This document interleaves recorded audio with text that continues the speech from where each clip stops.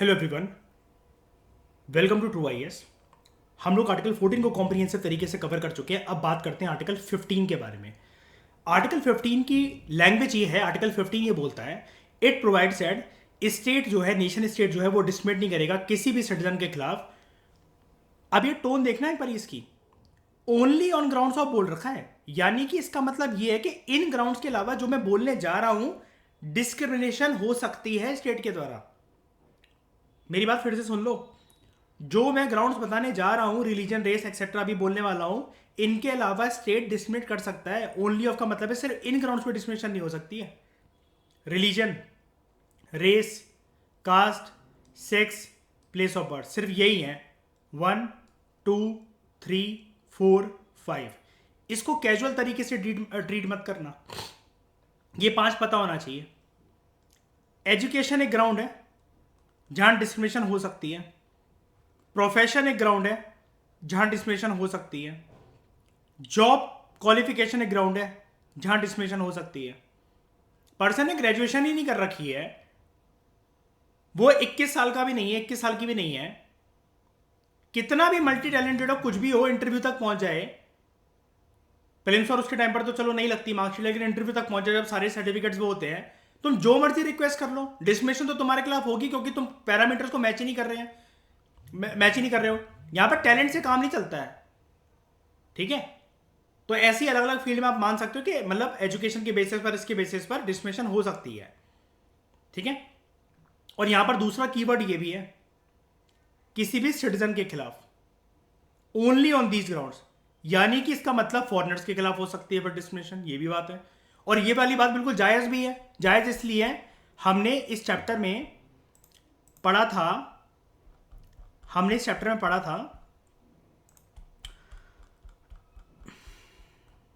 शुरू में, ये वाला टेबल एक था, ये रहा, fundamental rights available to foreigners और वो क्या कहते हैं सिटीजन, और इसमें से ये रहा, ये वाला टेबल 7.2 वाला। सारे थोड़ी ना दे रखे हैं यहां पर, बताओ 12 से लेकर 35 तक सारे दिख रहे हैं क्या फॉरेनर्स के लिए? बिल्कुल नहीं दिख रहे हैं, ये चीज़ है। ओके, वापस आते हैं आर्टिकल 15 पर। ये रहा हमारा article 15। Two crucial words in this provision are, मैंने जैसा कि आपको बताया, डिस्क्रिमिनेशन हो सकती है, सिर्फ इन 5 ग्राउंड्स पे नहीं हो सकती है, एंड ओनली इन 5 ग्राउंड्स पे नहीं हो सकती है, और ग्राउंड्स पे इसका अलाउड है। यहां पर डिस्क्रिमिनेशन मतलब ये नहीं है कि किसी से झाड़ू लगवाओगे, पोंछा लगवाओगे, कचर पट्टी उठवाओगे, उससे नाले साफ करवाओगे, या अनटचेबिलिटी प्रैक्टिस करोगे, या बोलोगे कि यहां पर मत बैठ, इस बस के अंदर मत बैठ। ये डिस्क्रिमिनेशन वो वाली डिस्क्रिमिनेशन नहीं है जो हम सोसाइटी के एंगल में पढ़ते हैं। यहां पर मतलब जानते हैं पहले।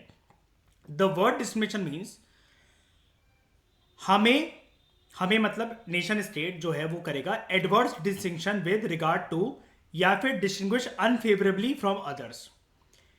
अब आप कहोगे यार ये डिस्क्रिमिनेशन जो लिखी हुई है कि एडवर्स डिस्टिंक्शन करेगा, मतलब स्टेट जो है वो भेदभाव करेगा और एक इंसान को दूसरे इंसान से अनफेवरेबली डिस्टिंग्विश करेगा, मतलब अलग करके देखेगा। तो जी हाँ, ये देखेगा, लेकिन ये चीज होती क्या है? फॉर एग्जाम्पल, अब मुझे एक बात बताओ, हम लोग अभी राइट टू इक्वालिटी ही पढ़ रहे हैं, आर्टिकल 14 to 18। इक्वालिटी के एक प्रिंसिपल में यह कहा जाता है कि सबको जो भी चीज बांटी जाए वो फेयर वे से बांटी जाए। बीइंग अ पीएसआई स्टूडेंट और पॉलिटिकल थ्योरी जो मैं करवाता रहता हूं आपको, उसमें मैंने एक चीज बताई थी, इक्वालिटी काफी नहीं होती, रियल गवर्नेंस में इक्वालिटी काफी नहीं होती। क्योंकि यार इक्वालिटी का मतलब तो ये है, याद करो वो छोटा सा एक बच्चा, और उसके बाद एक इसकी हाइट से वो खड़ा रहता है, और एक इसकी भी हाइट से एक बड़ा आदमी खड़ा रहता है। तीनों को आप बोलो कि मैं इतने ही साइजेस के ये 3 स्टूल दूंगा, स्टूल 1, स्टूल 2 और स्टूल 3। यहां पर इक्वालिटी तो है, लेकिन ये इक्वालिटी मीनिंगलेस है क्योंकि यहां पर इक्विटी नहीं है।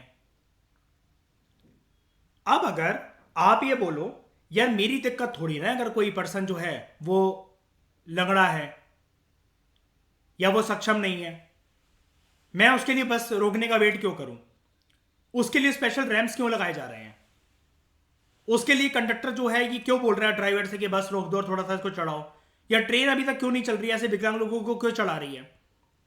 या फिर बड़ी सारी रोजगार योजना या फिर जो भी है इंश्योरेंस स्कीम, या फिर सरकार जो है वो खाते में पैसा डलवाती है, तो इन लोगों के खाते में पैसा क्यों डलवाया जा रहा है, मेरे खाते में क्यों नहीं आ रहा। यहां पर इसको बोला जाता है, ऐसे कंसेप्ट को, पॉजिटिव डिस्क्रिमिनेशन। डिस्क्रिमिनेशन यहां पर हो रही है, लेकिन ये डिस्क्रिमिनेशन कोई वैसी वाली थोड़ी ना है, नेगेटिव कोनोटेशन के साथ थोड़ी ना है, ये पॉजिटिव डिस्क्रिमिनेशन है। सिंपल सी बात बताता हूं, बड़ी बड़ी बातें ना कर कर, किसी भी एग्जाम का फॉर्म भरोगे ना, जितने भी लॉन्डे सुन रहे हो मेरी क्लास को, 100 से लेकर 800 रुपए के बीच में खर्चा हर एक स्टेट पीएससी, एपीएफसी, एपीएफसी, एपीएफओ को देने का आएगा ही आएगा। एमपीपीएससी, यूपीपीएससी आएगा, अलग अलग, मतलब सारे फॉर्म का खर्चा आएगा। लड़कियों के लिए सारे फ्री हैं, डिसेबल्ड लोगों के लिए फ्री हैं। तो आप कहो यार ये कौन सी बात हुई, मैं लड़की बनकर पैदा लूंगा, मेरी गलती थोड़ी ना है, उनके लिए क्यों फ्री कर रखे हैं। Positive discrimination. और एग्जांपल दे देता हूं, दिल्ली में जो मेट्रो चलती है उसका जो सबसे पहला कोच होता है वो महिलाओं के लिए आरक्षित होता है। उसमें चढ़ने से भी या फिर बैठने से भी 200 रुपए का जुर्माना लगता है। और लेडी इंस्पेक्टर चली आती है, वो सीआरपीएफ वाली ऑफिसर, सीआईएसएफ, लेडी बाउंसर की तरह, जैसे किसी क्लब में बाउंसर हो, लेडी बाउंसर। वो कहती है हाँ भाई बहुत शौक है औरतों के बीच में बैठने का। उनके लिए अब आप कहोगे सीट आरक्षित क्यों कर रहे हैं, वो तो फिर आप बोलो कि फिर वो वहीं रहे ना सारी लेडीज, फिर वो बाकी जनरल कोचेस में क्यों चली आती हैं। मतलब हाँ एक सुंदर सी लड़की दिख रही है मुझे, क्यारा आडवाणी जैसी, उसकी वैक्स टांगे हैं, कितनी सुंदर गोरी सी है, मैं वहां जाके बैठ नहीं सकता उसके बगल में, कितनी सारी खाली सीटें पड़ी हुई हैं, क्योंकि वो फर्स्ट कोच में बैठी हुई लोगी भट्टी, मैं यहां खड़ा हूं, फर्स्ट कोच में बैठी हुई है मुझे छोड़कर। लेकिन बात वो यहां पर आ सकती, मैं वहां नहीं जा सकता। उससे नैन मटक के करने का मतलब है 200 रुपए का जुर्माना करना और लेडी बाउंसर से बीइंग अ डीएसपी मुक्का खाना। इंट्रोडक्शन तो बाद में होगा ना मेरा, पहले तो मुक्का पड़ेगा। लेकिन ये चीज अलाउ क्यों है, पॉजिटिव डिस्क्रिमिनेशन। अब पॉजिटिव डिस्क्रिमिनेशन आप कहोगे होती ही क्यों है। हमारे संविधान में कुछ वर्गों को, जिनके खिलाफ पास्ट में जिनको इक्वालिटी का प्रिंसिपल अभी तक चखने को नहीं मिला, उनको दी जाती है। ट्रांसजेंडर को, विमेन को, ओल्ड एज सिटीजन को, किसी किसी ग्रुप्स को, जैसे जिसको आप कहते हो कास्ट, शेड्यूल्ड ट्राइब्स, ओबीसीज। और ये देखा जाता है ये ना अनिश्चित काल तक नहीं है कि हमेशा चलते रहेंगे। जिस टाइम पर जमाना ठीक होगा, सारी चीजें ठीक होंगी, धीरे धीरे करके आरक्षण जो है वो खत्म हो जाएगा एक दिन हिंदुस्तान से, और वो हिंदुस्तान बहुत बेटर हिंदुस्तान होगा। कोई आपसे पूछे कि हटता क्यों नहीं है, तो आप बोलो casteisation of politics and politicisation of cast.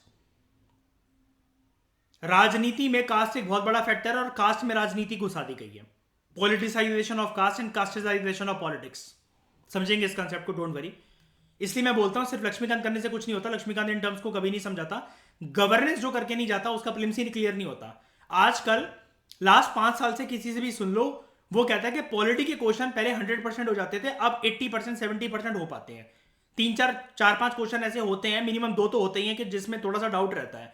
वो इसलिए रहता है क्योंकि यूपीएससी गवर्नेंस की तरह शिफ्ट कर गया, और लक्ष्मीकांत की रेलेवेंस ना साल 2020 में थी ना 21 में थी।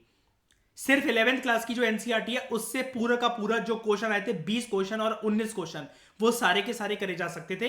प्लस 11th क्लास में एक और एनसीईआरटी होती है पॉलिटिकल थ्योरी, उसको मिलाकर ये positive discrimination, negative discrimination. Even लोगों को ये नहीं पता होता कि पॉजिटिव डिस्क्रिमिनेशन का कंसेप्ट किसने दिया है। आशमा सुन रखा होगा ना आपने, GS Mill and TH Green, negative liberty, positive liberty, ये सारी चीजें। अशप्रीत, आशमा आप तो पढ़ चुके हो मुझसे 11वीं 12वीं, तो उधर दे रखी होती थी ये, है ना, जो दूसरी बुक होती थी पॉलिटिकल थ्योरी की। जितना वो मिड टर्म में अशप्रीत, आशिमा हम लोगों को नहीं आती थी, स्कूल वाले नहीं पूछते थे और हमें बोरिंग लगती थी, उतनी ही ज्यादा यूपीएससी में उस बुक की रेलेवेंस है। वो पतली थी 60 पन्नों की बुक। उससे जब मैं करवाना उसको स्टार्ट करूंगा देखना, उससे हर साल, अगर हर साल भी ना बोलूं, लास्ट 20 ईयर्स में 18 क्वेश्चन निकले हैं पीएसआईआर के। पीएसआईआर की बात कर रहा हूं मैं, मेंस के पेपर की। 18 क्वेश्चन सिर्फ उस एनसीईआरटी से निकले, जिसका आंसर भी उसी के अंदर है सारा का सारा, स्कॉलर को इंक्लूड करके। The use of the word only, only का मतलब यह है कि डिस्क्रिमिनेशन दूसरे ग्राउंड्स पे प्रोहिबिटेड नहीं है, बाकी ग्राउंड्स पे करी जा सकती है। ये मैंने आपको इंट्रोडक्शन में बता दिया।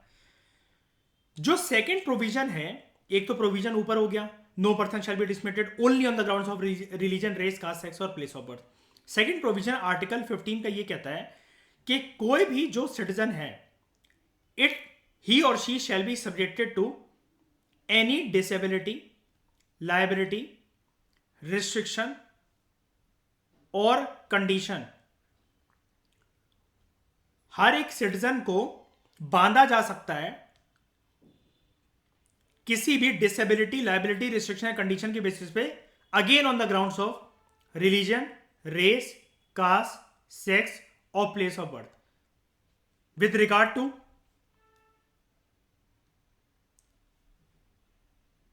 Access to shops, public restaurants, hotels and places of public entertainment. अब आप कहोगे यार यहां डिस्क्रिमिनेशन चलती है, मतलब यहां पर देखो सेकंड प्रोविजन क्या कह रहा है। आर्टिकल 15 ये कहता है no citizen shall be subjected to, किसी भी पर्सन को एंट्री देने से कोई मना नहीं कर सकता, उसे वहां पर जाने से रोका नहीं जा सकता, प्रतिबंध नहीं लगाया जा सकता, चाहे वो कैसा भी दिखता हो, कोई भी उसका जेंडर हो, कहीं पर भी वो पैदा हुआ हो, किसी भी कास्ट का हो, किसी भी धर्म का हो। कहां पर, ये कौन सी जगह पर? किसी भी दुकान में, पब्लिक रेस्टोरेंट में, होटल में and places of public entertainment में।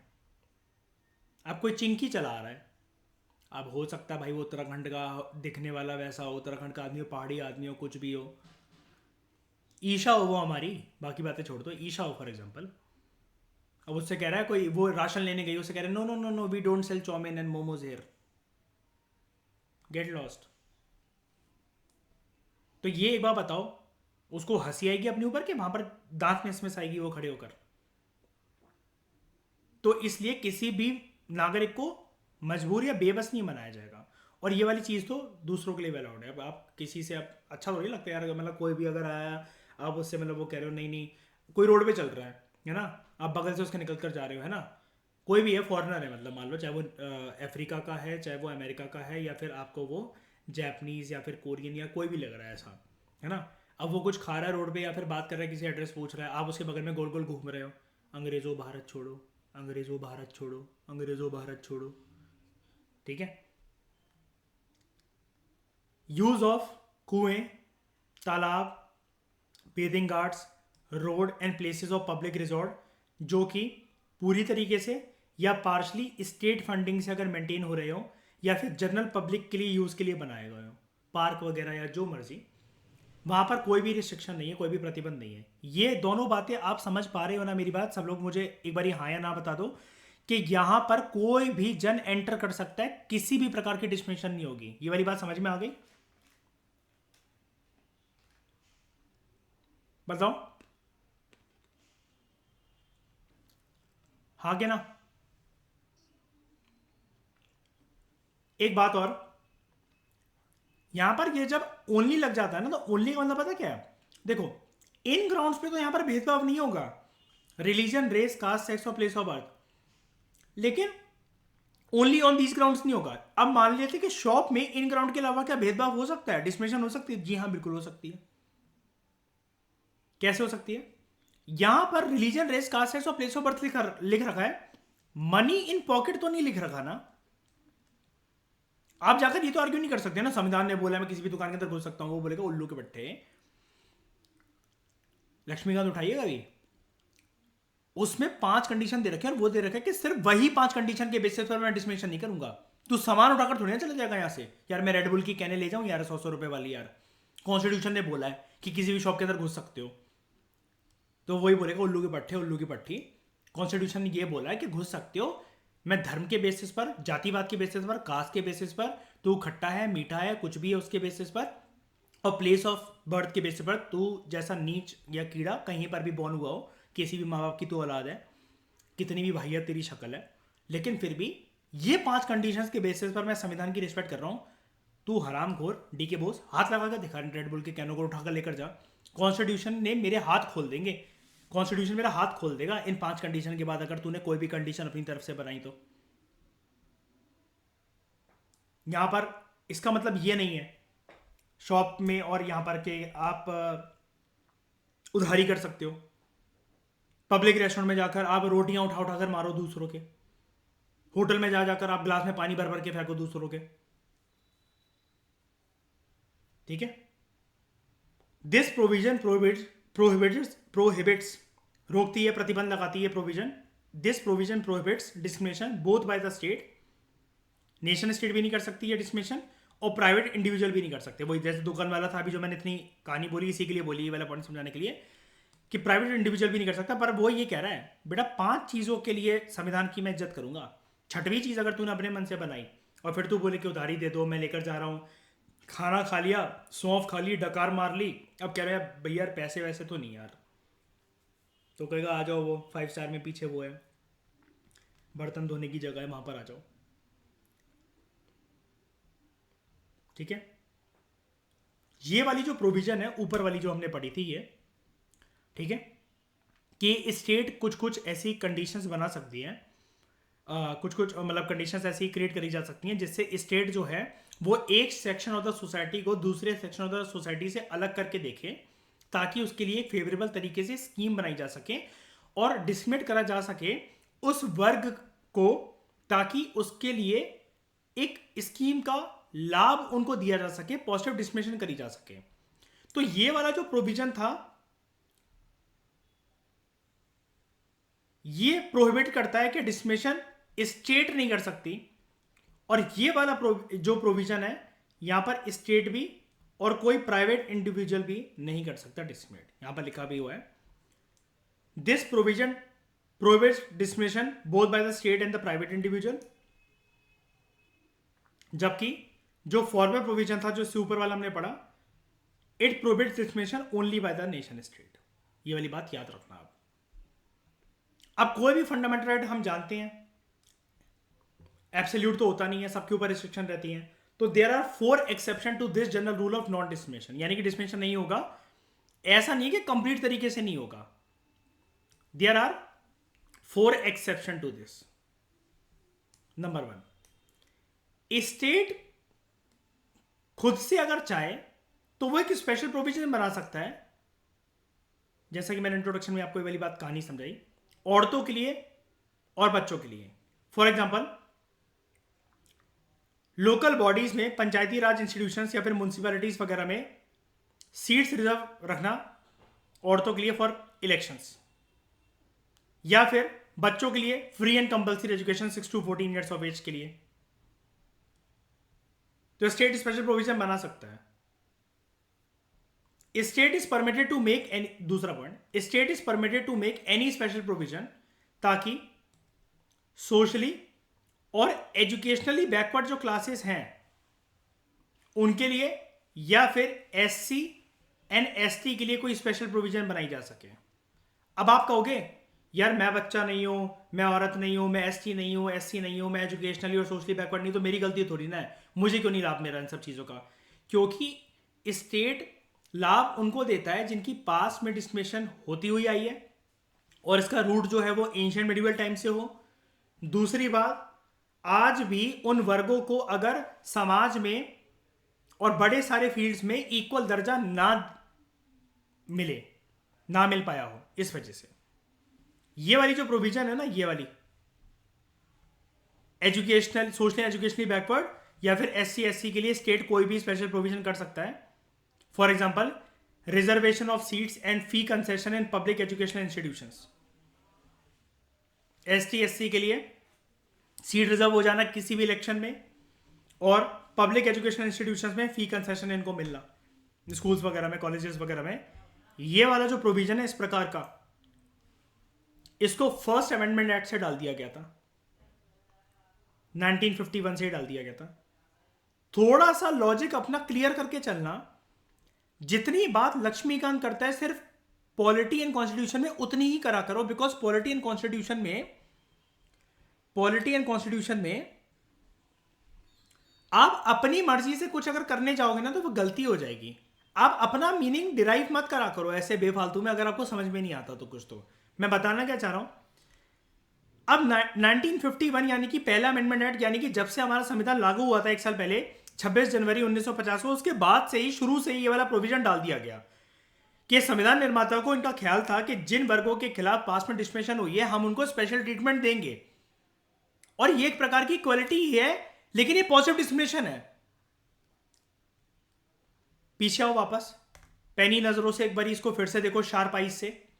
एक चीज आपको दिखेगी, socially and educationally backward classes like SC and ST, शुरू से ही बोल दिया गया, 1951 में ही बोल दिया गया, फर्स्ट अमेंडमेंट एक्ट में बोल दिया गया। अब लोग ना आंसर राइटिंग में या फिर प्रीलिम्स के अंदर ना एक्स्ट्रा दिमाग लगा लेते हैं अपना। एस टी एस सी उनकी जुबान पे ही रहता है हमेशा कि ये तीनों एक साथ में ही आने चाहिए। S T S C OBC blunder हो जाएगा, ब्लंडर। अगर मेंस में लिख दी ना, जीएस पेपर वन में अगर 120 नंबर देने वाला होगा ना एग्जामिनर, और ये लास्ट क्वेश्चन अगर होगा और अगर ऐसा लिख दिया, वो 40 नंबर देकर निकल जाएगा। अगेन मैं बोलता हूँ, पेपर तो तुम्हारे हाथ में आना नहीं है, उसको लगेगा ये मूर्ख है भाई, ये क्या कलेक्टर एडमिनिस्ट्रेटर बनेगा, कल को पता चला कोई स्कीम आई इसने ओबीसी को उठाकर दे दी। पॉलिटी में ना सतर्क रहना चाहिए। हम संविधान को अपने हिसाब से लोग कैजुअल ले लेते हैं, क्योंकि बचपन से हमारे स्कूलों में हमें कैजुअल तरीके से सिविक्स जैसा सब्जेक्ट पढ़ाया जाता है। हर चीज एक प्रोसेस, एक तौर तरीके से वर्क करती है पॉलिटी इन कॉन्स्टिट्यूशन में। आप अपनी मर्जी से, हम ऐसा भी सोच सकते हैं क्या सर, हम वैसा भी सोच सकते हैं क्या, इसका मतलब ये भी निकलता है क्या? जी नहीं, कुछ मतलब नहीं निकलता, कुछ नहीं सोच सकते। पॉलिटी में जो कॉन्स्टिट्यूशन में जो चीज दे रखी थी एज इट इज उसे एक्सेप्ट करनी पड़ती है। मोल्ड और ऐसा भी सोचना वैसा भी सोचना, चीजें मोल्ड करना, वो सिर्फ गवर्नेंस में हो सकता है कि कोई स्कीम्स में आप प्रोज एंड कॉन्स खुद से बता सकते हो। इसको देखो, अब इसका लॉजिक क्या है यार? ओबीसी की तो बात तो बीबी मंडल कमीशन के बाद उठी है ना, 1990s के एरा में, तो ये अभी कैसे हो सकता है? इसलिए मैं कहता हूं कि polity plus constitution plus governance plus post independence, ये सब कुछ साथ में ही चलता है। पॉलिटी और कॉन्स्टिट्यूशन के साथ साथ पोस्ट इंडिपेंडेंस तो बहुत ही ज्यादा जरूरी है, क्योंकि सारी बातें यहां पर आपको देखने के लिए अब देखो ना, केशवानंदा भारती केस कोई लक्ष्मीकांत से रट्टा मार ले, उसको उसका लॉजिक ही नहीं पता ना क्यों आया था ये। अगर ये मैटर सॉल्व होना होता, राइट टू प्रॉपर्टी को फंडामेंटल राइट की लिस्ट से निकालना होता, तो गोलकनाथ केस जो 6 साल पहले 1967 में आया था, उसमें क्यों नहीं रिजॉल्व हो गया? और 73 में सब कुछ ठीक होने के बाद भी इंदिरा गांधी की गवर्नमेंट ने नहीं, 44th अमेंडमेंट एक्ट 1978 से जेपी गवर्नमेंट ने हटा दिया। लोग कहानी नहीं जानते इसके पीछे।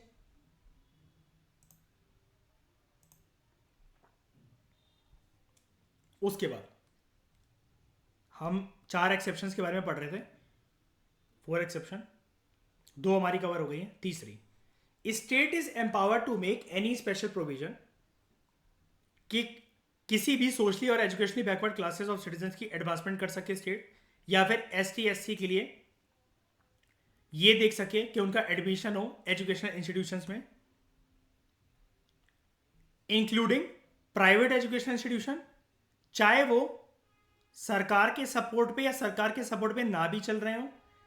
एक्सेप्ट स्टेट दखल अंदाजी बिल्कुल भी नहीं करेगी माइनॉरिटी एजुकेशन इंस्टीट्यूशंस में। ये वाला पॉइंट और ये वाला पॉइंट सेम है, सेम है काइंड ऑफ। यहां पर लेकिन बात करी गई थी पब्लिक एजुकेशनल इंस्टीट्यूशंस की, वही चीज है सारी की सारी, स्पेशल प्रोविजन करेगी सोशल एजुकेशन बैकवर्ड क्लास के लिए, एसटी एससी के लिए। यहां पर भी सारी चीजें सेम दे रखी हैं, लेकिन यहां पर एक चीज ऐड करी गई है कि प्राइवेट एजुकेशनल इंस्टीट्यूशंस में भी, चाहे उनको फंडिंग स्टेट से प्राप्त हो रही हो या फिर वो खुद अपने बलबूते पर चल रहे हो, ट्रेडिंग कर करके इतना पैसा जोड़ लिया कि खुद का स्कूल खुलवा दिया, प्राइवेट स्कूल, नर्सरी किंडरगार्टन या कुछ भी करके, और बैठे बैठे पैसा कमा रहे हैं। ठीक है, ये अनएडेड चीज होती है।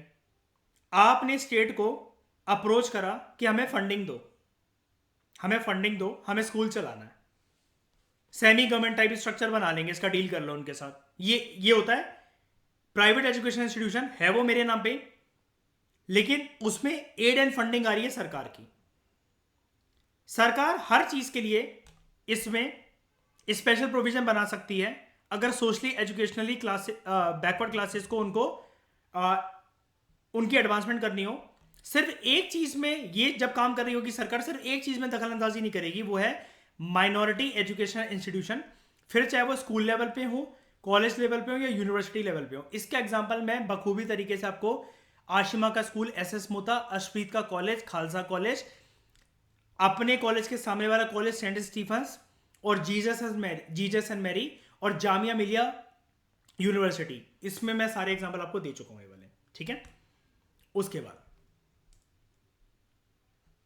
यानी कि अगर कोई फॉर एग्जांपल मदरसा अगर कोई चल रहा है, अब वहां पर कोई प्रोविजन है, फॉर एग्जांपल मान लो, बस इमेजिन कर लो कि किसी मदरसा में प्रोविजन है कि 70% सीट आरक्षित है मुसलमान के बच्चों के लिए, तो आप उसमें ये नहीं कह सकते कि नहीं यार अब इसको तो कन्वर्ट करो, ये करो वो करो। हम मतलब कन्वर्ट इन द सेंस कि मतलब अब 70% हिंदू लो, बहुत पढ़ा लिए तुमने मुसलमान और वो करके, ये चीज उनको अलाउ है कॉन्स्टिट्यूशन से। और ऐसा इसलिए करा जाता है क्योंकि अगर कोई अपना कल्चर या फिर अपना समाज, अपनी परंपरा प्रमोट करना चाहता है अपने ही लोगों में, अपने ही धर्म और कास्ट के लोगों में, तो ऐसा संविधान ने खुली छूट सबको दे रखी है।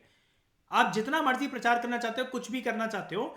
अब ये चीज एक बार बताओ, अगर नहीं होती तो फिर अलग अलग सिखिज्म में जो गुरुओं का कोई बर्थडे होता है, कुछ होता है, तो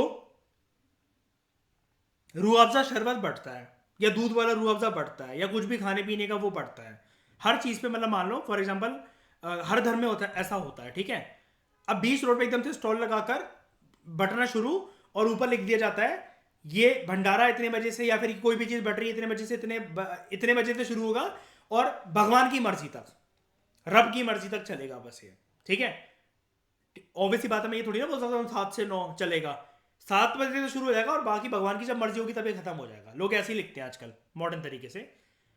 अगर ये चीज नहीं होती तो फिर कोई ऐसे प्रमोट नहीं कर सकता। पता चला इस बेसिस पर धर्म के बीच में लड़ाइयां शुरू होने लग जाती कि तेरे बाप की रोड है ये, जो तू लगाकर यहाँ पर बीच रोड पे शरबत बेच रहा है, ये बांट रहा है, सब में ट्रैफिक जाम कर रखा है।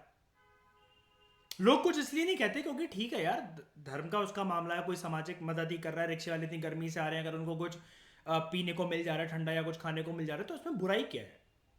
और अगर किसी में अगर इस बात की इतनी अकड़ है तो तुम जाके खिला दो अपने घर से, हम हटा लेते हैं स्टॉल यहाँ पर, तुम सबको अपने घर बुला लो, करा लो सबका langar prasad. State is empowered to make any provision for the advancement of economically weaker section of the society. जो इकोनॉमिकली वीकर है, अब यहां पर जो इकोनॉमिकली वीकर है ना, अब यहां पर कास्ट का एंगल नहीं आता कि शेड्यूल कास्ट या फिर वो, यहां पर बात है कि पैसों में वो section of the society weak है, मनी कम है उसके पास। फर्दर स्टेट के पास पावर ये भी है कि the state is allowed to make a provision कि वो 10% सीट आरक्षित कर सकता है ऐसे सेक्शंस के लिए जो कि इकोनॉमिकली वीकर है, एजुकेशन इंस्टीट्यूशंस में उनका एडमिशन हो सके, ताकि इंक्लूडिंग प्राइवेट एजुकेशन इंस्टीट्यूशंस में उनका एडमिशन हो रखे। और ऐसे प्राइवेट इंस्टीट्यूशन जो सरकार की फंडिंग पर चल रहे हैं या सरकार की फंडिंग में नहीं भी चल रहे हैं, एक्सेप्ट अगेन यहां पर वही वाला क्लॉज है, माइनॉरिटी एजुकेशन इंस्टीट्यूशंस अगर वो ये बोलते हैं हम इतनी सीट आरक्षित नहीं कर सकते, हम वैसे ही सिर्फ और सिर्फ 100 बच्चों को लेते हैं, उसमें से 10% सीटें हम, मान लो फॉर एग्जांपल एसएस मूता कॉलेज है आशमा का, सरदारों स्कूल है, सॉरी सरदारों का स्कूल है। अब वो बोलते हैं कि हम एक पर्टिकुलर क्लास में जितने भी सेक्शन बनाते हैं, फॉर एग्जांपल 9th के जितने भी सेक्शन बनते हैं, हम उसमें लेते ही 100 बच्चों को हैं, हम 10% सीट आरक्षित नहीं कर सकते, तो उनको फोर्स नहीं करा जाएगा बिकॉज दे आर अलाउड, कि अपनी मर्जी से वो रेगुलेट कर सकते हैं। कुछ फिर भी ऐसा बोल दिया जाता है कि कर दो, कर भी देते हैं माइनॉरिटी एजुकेशन इंस्टीट्यूशंस वो करके, लेकिन रिजर्व करेंगे कि नहीं करेंगे उनके ऊपर, आप उनको फोर्स नहीं कर सकते, लेकिन इनको करा जाएगा फोर्स। प्राइवेट और पब्लिक एजुकेशन इंस्टीट्यूशंस को, चाहे वो एड हो चाहे अनएडेड हो स्टेट से, अगर वो माइनॉरिटी एजुकेशन इंस्टीट्यूशन नहीं है, आप अगर अपने स्कूल से जिससे भी पास आउट हो, कॉलेज से पास आउट हो, अगर वो माइनॉरिटी एजुकेशन इंस्टीट्यूशन नहीं था ना, तो आप देखना कभी, आप पूछना कभी किसी टीचर से, अगर आप अभी तक कांटेक्ट में हो या फिर कभी आपको स्कूल जाने का मौका मिले, तुम्हारे सेक्शन में भी तुम्हें नहीं पता थी ये वाली बात, सीटें आरक्षित थी बहुत सारे सेक्शन ऑफ द सोसाइटी के लिए। फिर चाहे अगर हम ऊपर वाला क्लॉज ले आए, एसटी एससी के लिए, एजुकेशनली बैकवर्ड लोगों के लिए, सोशली बैकवर्ड लोगों के लिए और इकोनॉमिकली बैकवर्ड लोगों के लिए भी। और जो इकोनॉमिकली बैकवर्ड लोग होते हैं उनको तो फीस भी नहीं देनी पड़ती 12th तक। ऑब्वियसली बात है उसके पीछे बड़े सारे सर्टिफिकेट्स और वो सब लगते हैं, लेकिन ये चीज अलाउड है, ठीक है। दिस रिजर्वेशन, ये जो रिजर्वेशन है कि अप टू 10% जो सीट्स आरक्षित होंगी, जो एग्जिस्टिंग रिजर्वेशन चलती है ना अगर किसी भी एजुकेशन इंस्टीट्यूशन में, उसके एडिशन में इस क्लॉज को इंप्लीमेंट करा जाता है। वरना हर एक स्कूल कॉलेज यूनिवर्सिटी तो ये बोलने लगेगा हमने तो ऑलरेडी दे रखा है वो कर रखा है, हम तो ऑलरेडी देते हैं। तुम्हारे देने ना देने से नहीं होता, एग्जिस्टिंग रिजर्वेशन अगर कोई चल रही है उसके ऊपर से 10% देना पड़ेगा ये। और यहां पर स्टेट, नेशन स्टेट और यूनियन गवर्नमेंट या स्टेट गवर्नमेंट ये इंश्योर करती है कि सभी लोगों को इक्वल समाज में दर्जा मिले। राइट टू इक्वालिटी का ही पार्ट है ना एक प्रकार से आर्टिकल 15, तो ब्रॉडर कैटेगरी तो यही है। फॉर दिस पर्पस जो इकोनॉमिकली वीकर सेक्शंस हैं, they would be notified by the state from time to time कि अपनी जो आप रिजर्वेशन ले रहे हो, अपनी फैमिली इनकम के सर्टिफिकेट्स और दूसरे इंडिकेटर्स ऑफ इकोनॉमिक डिसएडवांटेज पेश करो और उसके बलबूते पर आपका एडमिशन हो जाएगा। और इसी चीज से इंस्पिरेशन लेते हुए ये ईडब्ल्यूएस आया है।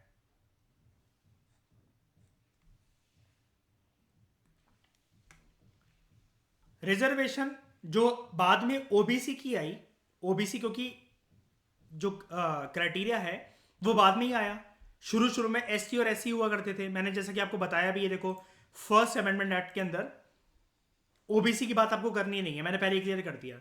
लेकिन जब से फिर ये other backward section of the society जब ये आ गए, अदर बैकवर्ड क्लासेस का कंसेप्ट आ गया, ओबीसी का कंसेप्ट आ गया, उसके बाद क्या प्रक्रिया होती है इसको हम जानेंगे नेक्स्ट लेक्चर में। Thank you very much for discussion.